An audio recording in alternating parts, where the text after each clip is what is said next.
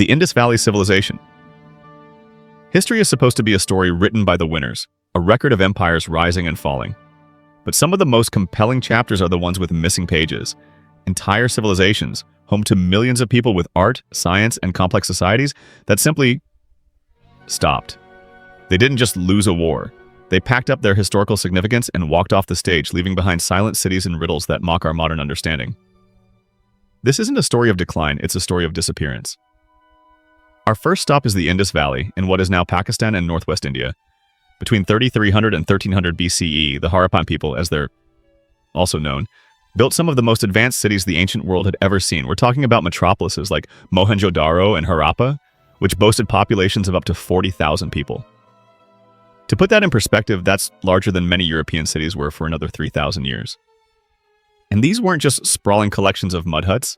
The Indus Valley Civilization had meticulously planned urban grids, sophisticated water management, and the world's first known urban sanitation systems. They had houses with private bathrooms and toilets that flushed into a complex sewage network. The Romans get all the credit for plumbing, but the Harappans were doing it a millennium and a half earlier. Their economy was robust, built on agriculture and extensive trade. Archaeologists have found Harappan seals, intricate little carvings of animals and symbols, as far away as Mesopotamia, modern-day Iraq. This was a culture that was organized, prosperous, and technologically ahead of its time. They had a standardized system of weights and measures, they produced incredible pottery and metalwork, and they developed a system of writing. And that's where the mystery begins. We can't read it. The Indus script, a beautiful collection of over 400 distinct symbols, remains completely undeciphered. We have thousands of examples of it on seals, tablets, and pottery, but not a single Rosetta Stone to unlock its meaning. We don't know what they called themselves, who their kings were, or what gods they worshipped. Their entire worldview, their literature, their history, it's a closed book. Even more bizarrely, for a civilization of this scale, there is a conspicuous lack of monumental architecture. No grand temples, no opulent royal tombs, no massive statues of rulers. Their cities were built for citizens, not for gods or kings. This suggests a social structure unlike any other major ancient civilization, perhaps more egalitarian, but without their own words, we can only guess. Then, around 1900 BCE, the silence begins. The great cities started to empty out. The once bustling streets fell quiet. The complex trade networks unraveled. Within a few centuries, the Indus Valley Civilization had effectively vanished. It wasn't sacked or burned to the ground in a single cataclysmic event. The evidence points to a more gradual, but just as final, abandonment. So, what happened? For decades, the leading theory was the Aryan invasion. The idea was that nomadic tribes from the north swept down and conquered the peaceful Harappans. But modern archaeology has found almost no evidence of widespread warfare or destruction to support this. There are no layers of ash, no fields of skeletons. A handful of unburied bodies in Mohenjo-Daro, once thought to be victims of a massacre, are now believed to be the result of disease or social breakdown. The more likely culprit, and a theme we'll see again, is climate change. The Indus Valley was fed by a network of rivers, including the mighty Ghaggar Hakra, which many scholars identify as the legendary Sarasvati River from Vedic texts. Geological and climate data suggest that around this time, the monsoon patterns shifted. The life-giving rains became less reliable, and the Ghaggar Hakra began to dry up. For a civilization built entirely on agriculture, this would have been catastrophic. The fertile plains would have turned to dust, making it impossible to support the large populations of the cities. The decline wasn't a sudden collapse, but a slow, painful migration, as people abandoned the urban centers in search of more sustainable, smaller settlements to the east. The great civilization didn't die. It dispersed and faded, its legacy swallowed by the shifting sands and the silence of its own unreadable script, the Maya. When we think of the Maya, we don't usually think of a lost civilization. Their descendants are still here, millions of them living in Mexico and Central America, speaking Mayan languages and practicing traditions with ancient roots. The temples of Tikal and Chichen Itza are global tourist destinations. So, how can a civilization be both present and vanished? The answer lies in one of history's most profound and localized collapses. It wasn't the Mayan people who vanished, it was their world. The story of the Maya is a tale of two parts. The classic period, from about 250 to 900 CE, was their golden age. In the tropical lowlands of what is now southern Mexico, Guatemala, and Belize, they built dozens of spectacular city-states. These weren't parts of a single unified empire like the Romans, but a network of rival kingdoms, constantly shifting in alliances, trade, and warfare. Cities like Tikal, Calakmul, and Karakol were architectural and intellectual powerhouses. They erected towering pyramids that scraped the jungle canopy, developed the most advanced writing system in the pre-Columbian Americas, and charted the heavens with terrifying precision. Their understanding of astronomy and mathematics was staggering. They created multiple interlocking calendars, including the famous long count, which could pinpoint dates millions of years in the past or future. They calculated the solar year to an accuracy of 99.99%, tracked the cycles of Venus to predict auspicious times for war, and developed the concept of zero independently of the Old World. This was a civilization obsessed with time, cosmology, and the intricate dance between the human and the divine. Their kings were not just rulers, they were shamanic figures, conduits to the gods, whose ritual bloodletting was believed to sustain the cosmos. And then, in the southern lowlands, it all fell apart. Starting in the late 8th century, the engine of this incredible civilization began to sputter. The construction of monuments and temples ceased. The intricate carvings that recorded their royal histories went blank. One by one, the great cities were abandoned. The population of the southern lowlands plummeted by as much as 90%. People walked away from the temples, palaces, and ball courts, and the jungle began its slow, relentless work of reclamation. Within a century, some of the most densely populated and sophisticated urban centers on the planet were ghost towns. So what could possibly cause such a complete and rapid societal collapse? This is one of history's great debates, and the answer is likely not one thing, but a perfect storm of calamities. For a long time, scholars pointed to endemic warfare. The late Classic period was marked by increasing conflict between the city-states. Carvings depict brutal battles and the humiliation of captive kings. This constant state of war would have strained resources, disrupted farming, and created immense social stress. However, the most compelling evidence points, once again, to the climate. Analysis of sediment cores from lakes and stalagmites from caves in the region has revealed a devastating century-long megadrought that struck right at the heart of the collapse, between about 800 and 1000 CE. The Maya were masters of water management, building vast reservoirs and canal systems, but even their ingenuity couldn't withstand decades of failed rains. As the reservoirs dried up, crop yields would have plummeted, leading to famine and disease. This environmental crisis would have created a deadly feedback loop. A king's legitimacy was tied to his ability to communicate with the gods and ensure agricultural prosperity. When the rains failed year after year, the people's faith in their rulers would have shattered. This would lead to political instability, civil strife, and more warfare over dwindling resources. It's a chillingly modern scenario, environmental change exacerbating political tensions until the entire system breaks. The Maya didn't vanish. They were forced to adapt. They abandoned the failing model of the divine kings and massive cities in the south and migrated north to places like the Yucatan Peninsula, where new cities like Chichen Itza and Mayapan would later flourish. The people survived, but the magnificent world of the classic Maya, with its sky-high pyramids and god kings, was lost to the jungle forever. The Khmer Empire. Deep in the jungles of Cambodia lies a site that defies belief, Angkor Wat. It is the largest religious monument in the world, a sprawling stone city of a temple covering over 400 acres, adorned with miles of intricate bas-reliefs depicting Hindu epics. But Angkor Wat is just the crown jewel of a much larger and much more mysterious entity, the Khmer Empire. From the 9th to the 15th centuries, this civilization dominated Southeast Asia, building a metropolis that was, for a time, the largest pre-industrial urban complex on Earth. At its peak in the 12th century, the capital city of Angkor was a marvel of engineering and social organization. While London was a cramped medieval town of maybe 30,000 people, Angkor was home to an estimated 1 million. It wasn't a city in the modern sense, but a vast, sprawling network of temples, palaces, villages, and rice paddies, all interconnected by a revolutionary water management system. The Khmer were masters of hydrology.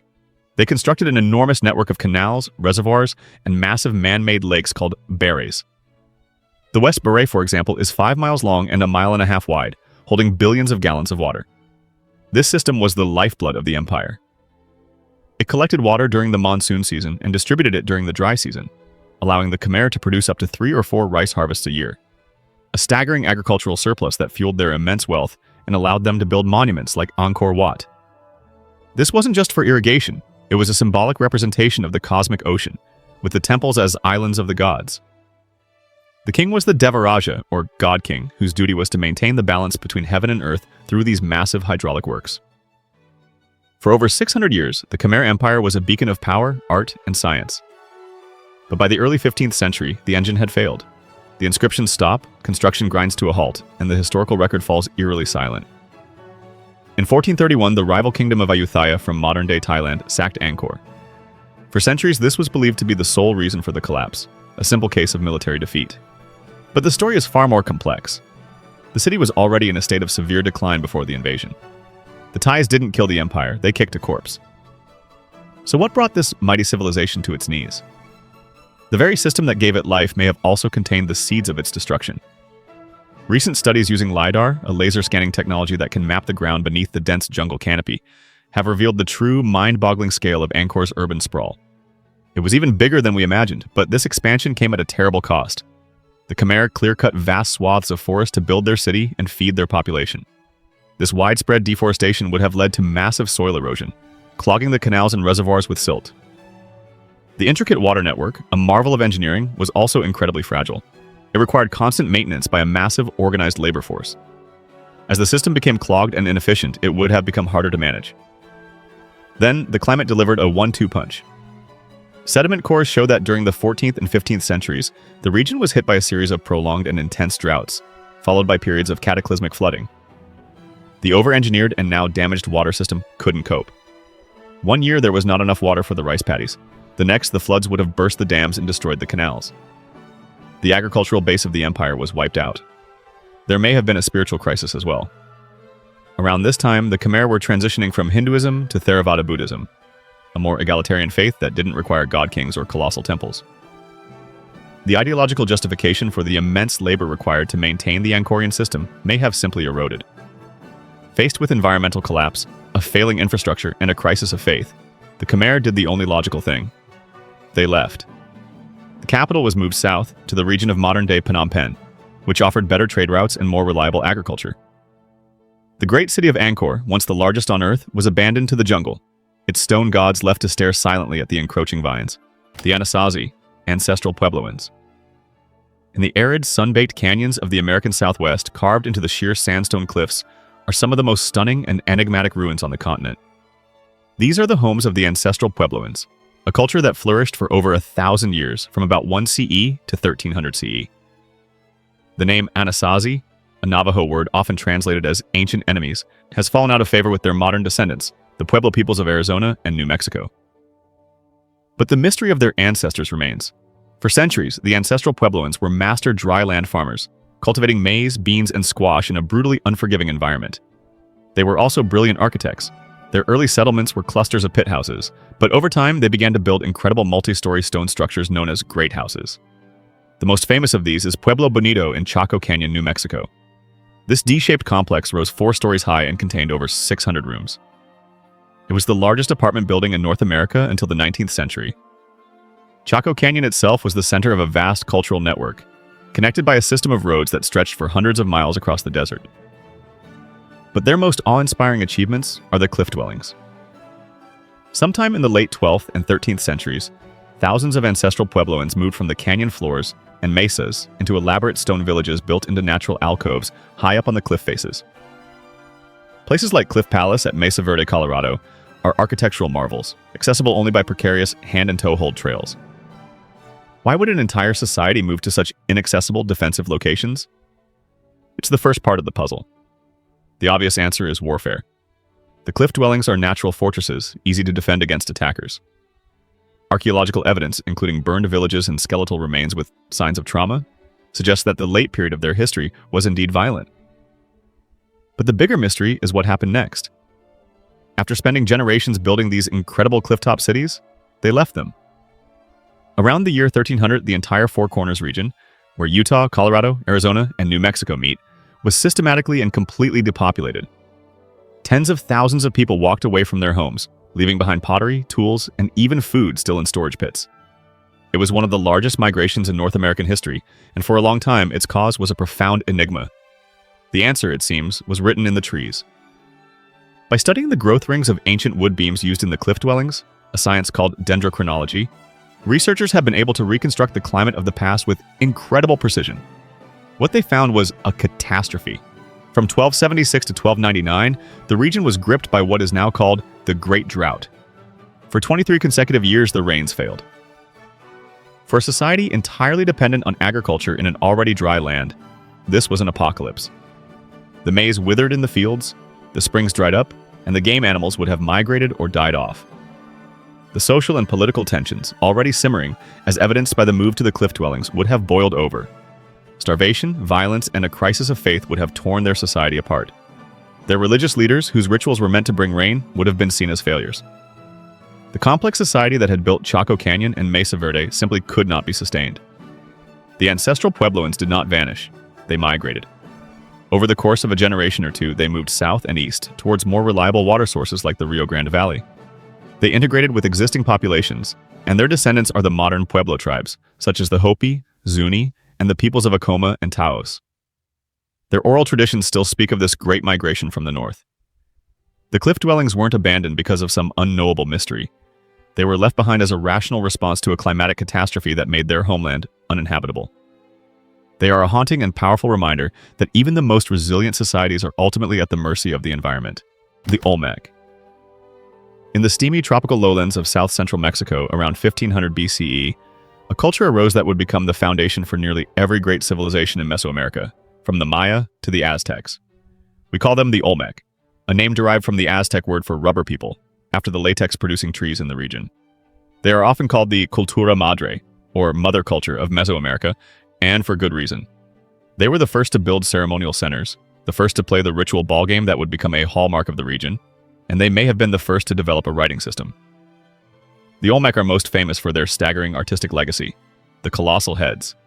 These are massive sculptures of human heads, carved from single boulders of volcanic basalt, standing up to 11 feet tall and weighing as much as 50 tons. 17 of these have been found, each with a unique individualistic face believed to be portraits of powerful Olmec rulers. The sheer effort involved is mind-boggling. The basalt was quarried in mountains over 100 miles away from the Olmec heartland. Without wheels or draft animals, they somehow transported these enormous stones through dense jungle and across rivers to their cities like San Lorenzo and La Venta. The skill and social organization required to do this is a testament to their power. The Olmec world was one of ritual and cosmology. Their cities were aligned with specific constellations, and their art is filled with a complex iconography of were-jaguars and other supernatural beings, suggesting a sophisticated shamanistic religion. They laid the groundwork for the societal structures, religious beliefs, and artistic traditions that would define Mesoamerica for the next 3,000 years. But by 400 BC, the Olmec heartland was in decline. The great ceremonial center of La Venta was abandoned, and the colossal heads were toppled and systematically buried. The distinctive Olmec art style faded, and their influence waned. Unlike the Maya or the Anasazi, this wasn't a case of a sudden, dramatic collapse. There was no single event, no great drought or invasion that we can point to. The vanishing of the Olmec was more like a cultural dissolution, a slow fade into the background of history. So what happened to the mother culture? One theory focuses on environmental factors specific to their riverine homeland. The Olmec lived on a narrow strip of land dependent on the rivers for agriculture and transport. Tectonic upheaval, or the silting up of these rivers, could have seriously disrupted their way of life, forcing them to relocate. Volcanic activity is another possibility. The region is volcanically active, and a major eruption could have covered the fertile lands with ash, making them unfarmable for a generation. Another school of thought suggests the collapse came from within. The construction of the ceremonial centers and the transport of the colossal heads would have required immense control over labor and resources. This may have led to social unrest and rebellion.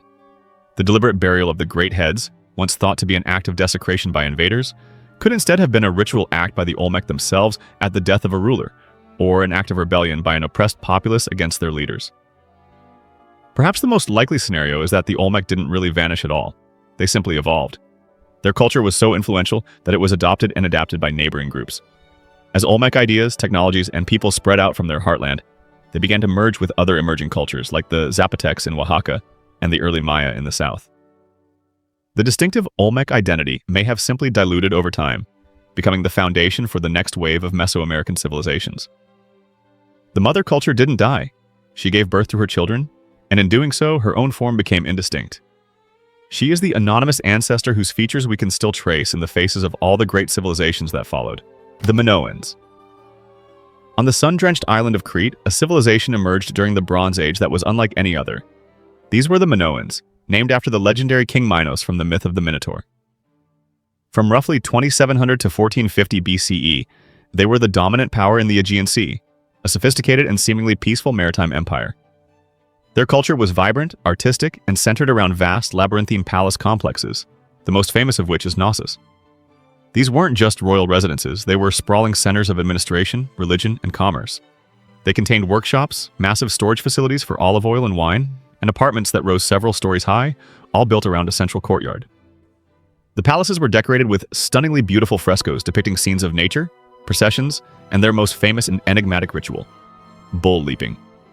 Young men and women are shown gracefully vaulting over the backs of charging bulls. The Minoan world seems to have been a place of remarkable peace and prosperity. Conspicuously, their palaces and towns had no defensive walls. They clearly feared no one. Their security was their navy, which ruled the waves and connected them to a vast trading network stretching from Egypt to the Greek mainland. They also developed a writing system, a syllabic script known as Linear A. Like the Indus script, it remains undeciphered. We can read the numbers and understand their accounting records, but the language itself is a mystery. What we can see from their art is a society where women played a prominent role. They are depicted as goddesses, priestesses, and active participants in public life, suggesting a level of gender equality that was rare in the ancient world. Then, around 1450 BCE, disaster struck. Almost every major palace and town on Crete was destroyed and burned. The vibrant Minoan culture came to an abrupt and violent end. For a long time, the cause of this widespread destruction was one of the Aegeans' greatest mysteries. What could have brought down this powerful and peaceful civilization so suddenly? The prime suspect is a natural disaster of almost unimaginable scale. The volcanic eruption of Thera, the island now known as Santorini, located about 70 miles north of Crete. Sometime in the 17th or 16th century BC, the volcano on Thera exploded in one of the largest eruptions in human history. It blew the island apart, sending billions of tons of ash and pumice into the atmosphere and triggering colossal tsunamis that would have radiated across the Aegean. For years, this eruption was seen as the single cause of the Minoan collapse. The theory was that the tsunamis would have obliterated the Minoan fleet and coastal towns, while the falling ash would have poisoned the agricultural land, leading to famine and the breakdown of society. It's a compelling and dramatic story, however modern archaeology has complicated the picture. The dates don't quite line up.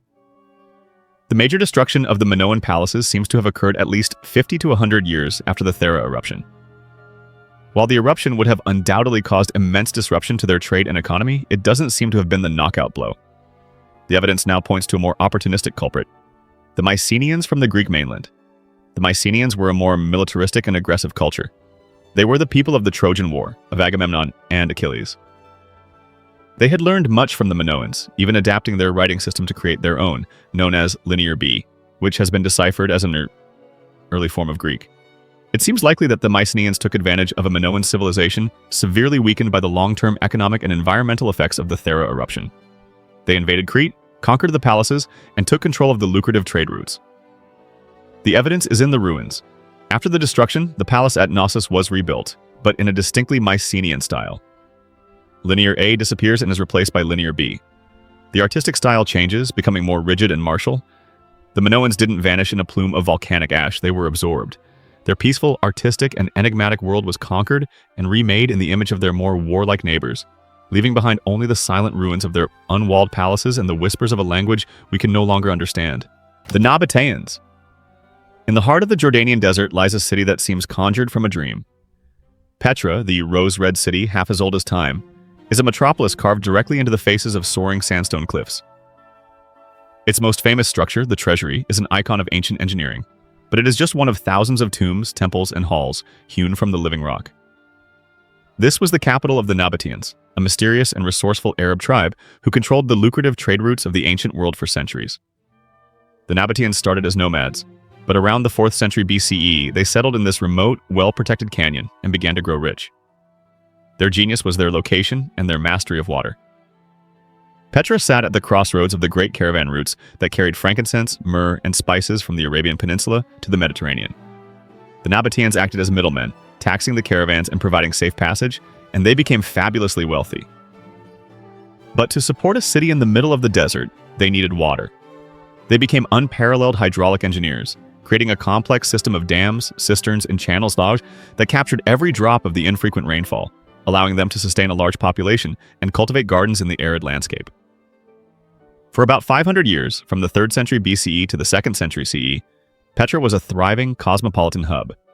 It was a fusion of cultures with art and architecture that blended Nabatean traditions with Hellenistic, Roman, and Egyptian influences. They had their own language and script, a form of Aramaic that would later evolve into modern Arabic script. Yet for all their wealth and ingenuity, they remain a shadowy people. We know little of their social structure or their day-to-day lives.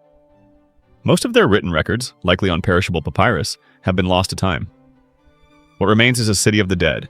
The magnificent rock-cut tombs tell us more about their beliefs in the afterlife than their time on Earth. The decline of the Nabateans was not a sudden collapse, but a slow, inexorable slide into obscurity. The first major blow came in 106 CE when the Roman Empire formally annexed their kingdom, turning it into the province of Arabia Petraea. Petra continued to thrive for a time under Roman rule, but the world was changing around it.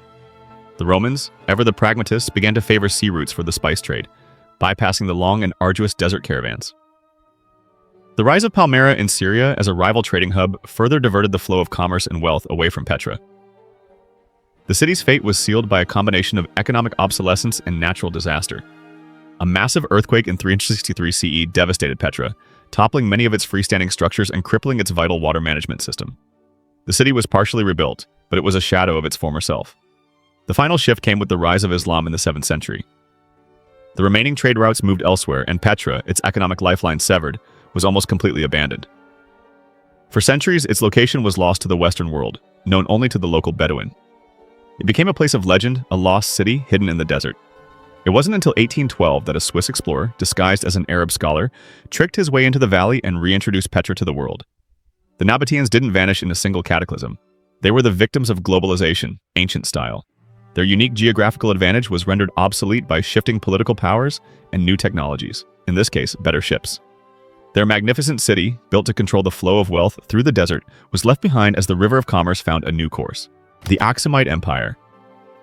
While the Roman Empire was at its height, another great power was flourishing in the highlands of what is now Ethiopia and Eritrea.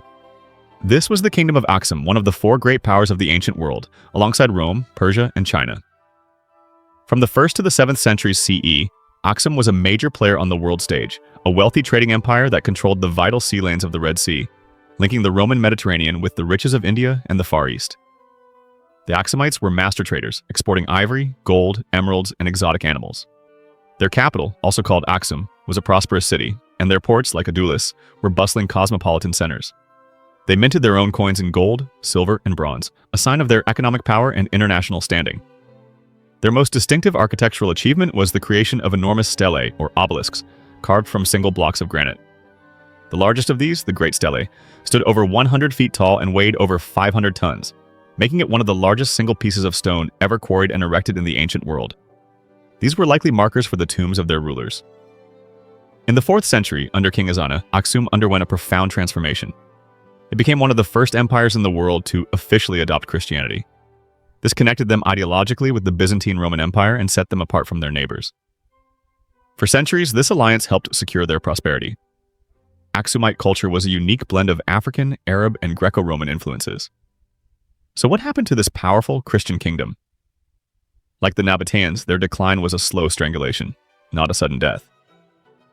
The first blow came in the 6th century when the Sasanian Persians conquered parts of southern Arabia, disrupting Aksum's control over the Red Sea trade. But the decisive event was the rise of Islam in the 7th century.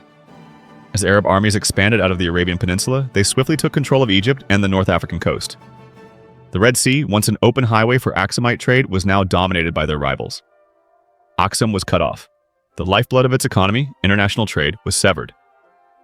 Isolated from its Christian allies in Byzantium and surrounded by hostile powers, the kingdom was forced to turn inward. The capital was moved further south into the rugged highlands, away from the now inaccessible coast. Their focus shifted from maritime trade to subsistence agriculture. The climate, once again, played a cruel role. Studies of lakebed sediments in the Ethiopian highlands suggest that this period of isolation coincided with a shift to a much drier climate, leading to environmental degradation and agricultural failure. The once mighty empire began to fragment. Its wealth dissipated, its cities shrank, and its international influence evaporated. Aksum didn't vanish in the traditional sense. Its legacy is immense. The Ethiopian Orthodox Tewahedo Church, one of the oldest Christian churches in the world, is its direct descendant. The language of Aksum Ge'ez is still the liturgical language of the church. The people and their core culture survived, adapting to a new, more isolated reality. But the Aksumite Empire, the wealthy, international, coin-minting, obelisk-raising powerhouse of late antiquity, disappeared from the world stage. It became a ghost, a landlocked memory of a time when its ships had sailed alongside those of Rome. The Cucuteni-Trypillia Culture. Long before the pyramids were built, before the first cities rose in Mesopotamia, a civilization of astonishing scale and baffling habits flourished in the fertile plains of Eastern Europe, in what is now Romania, Moldova, and Ukraine. This was the Cucuteni-Trypillia culture, a Neolithic society that lasted for over 2,000 years, from about 5500 to 2750 BCE. They were not just hunter-gatherers, they were builders of some of the largest settlements in the world at that time. These weren't cities in the modern sense, but massive proto-cities, sprawling settlements that could cover hundreds of acres and house up to 15,000 people. They built thousands of two-story houses, arranged in concentric circles around a central assembly building.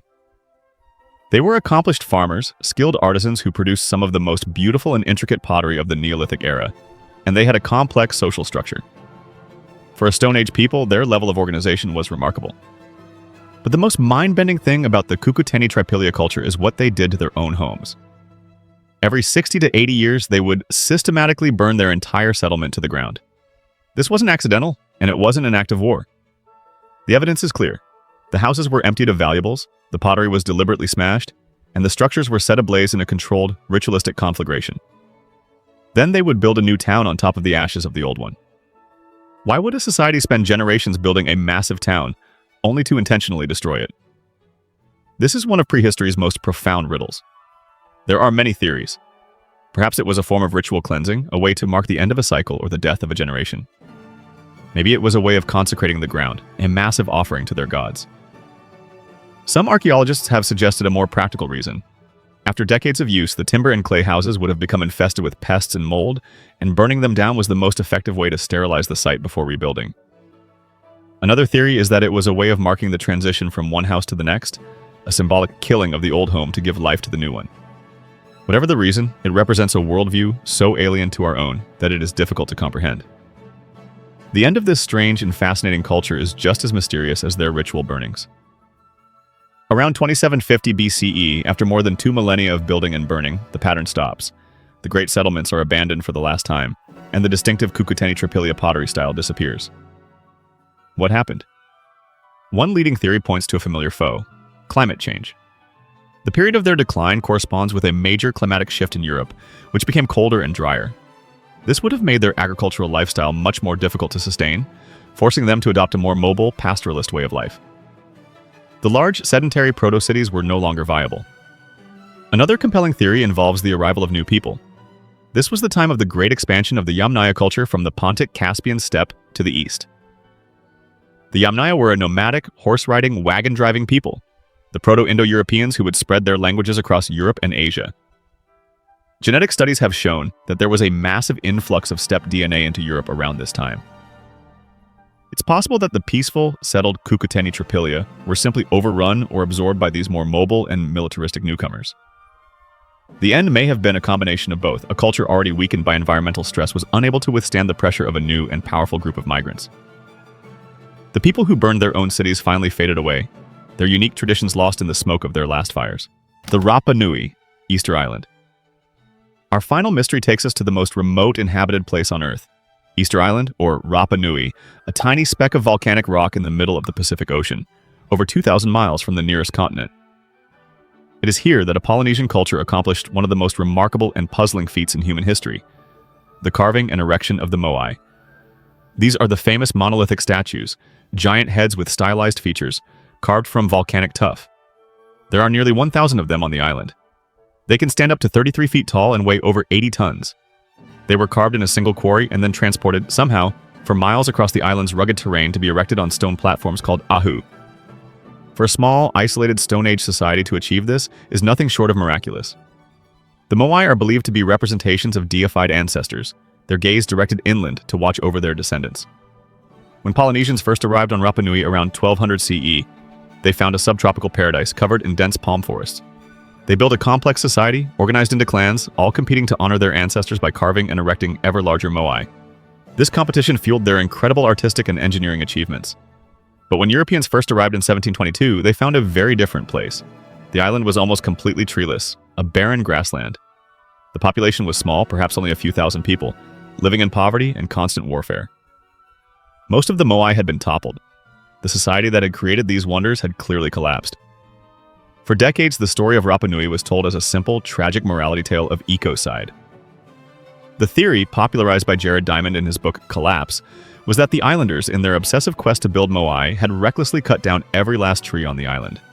The timber was needed for farming, housing, and, crucially, for the rollers and levers required to transport the giant statues. Without trees, the soil eroded, the springs dried up, and they could no longer build canoes to fish in the open ocean. The ecosystem collapsed, leading to starvation, warfare, and cannibalism. The islanders, in their hubris, had destroyed their own world. It's a powerful and cautionary tale. But like many simple stories, it may not be the whole truth. More recent research has painted a much more complex and nuanced picture. While deforestation certainly happened, it may not have been the sole cause of the collapse. The palm trees that once covered the island were also a favorite food of the Polynesian rat, which arrived with the first settlers. The rats may have eaten the palm nuts at such a rate that the forest could not regenerate, contributing significantly to its demise. Furthermore, the idea of a total, self-inflicted collapse before European contact is now being challenged. Archaeological evidence suggests that the Rapa Nui people were resourceful and adaptive. They developed sophisticated rock gardening techniques to enrich the poor volcanic soil and continued to thrive for centuries, even as the forest disappeared. The societal collapse and the toppling of the Moai may have happened much later and been caused by a different culprit: us. The arrival of Europeans brought devastating diseases to which the isolated islanders had no immunity. In the 19th century, Peruvian slave raiders abducted a huge portion of the population, including most of the elders who held the society's ritual and historical knowledge. By the 1870s, only a little over 100 Rapa Nui people were left. It was this series of external shocks, not just self-inflicted ecocide, that led to the final, tragic collapse of their culture. The story of Rapa Nui is not just a warning about environmental fragility. It is a testament to human resilience in the face of it, and a tragic reminder of the devastating impact that contact between worlds can have. The silent, staring Moai are not just monuments to a lost civilization. They are witnesses.